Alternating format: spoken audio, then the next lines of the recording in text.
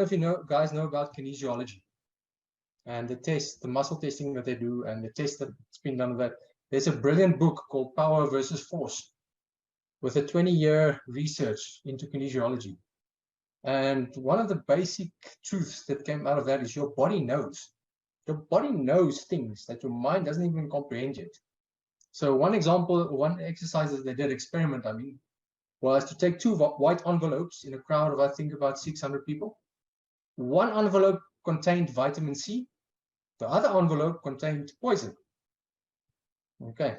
And every person that held the vitamin C against their chest without knowing if it was vitamin C or not, their muscles tested stronger. Every person that held the poison against their chest, their muscles tested weaker. Now, how the hell is that possible? How does your body know what's in an envelope that your brain doesn't even know? That goes into the realm of sixth sense, this thing that we call a sixth sense, that you just know without knowing.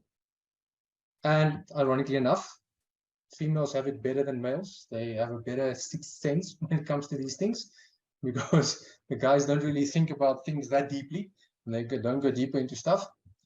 But if you have a sixth sense for these things, shouldn't you build a relationship with your body, know what it feels like, know what it feels like in certain situations, when it gets into contact with certain people, when it walks into certain buildings, when it eats certain foods, when you drink certain liquids?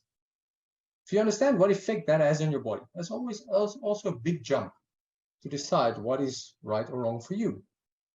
Because there's no right or wrong for anybody.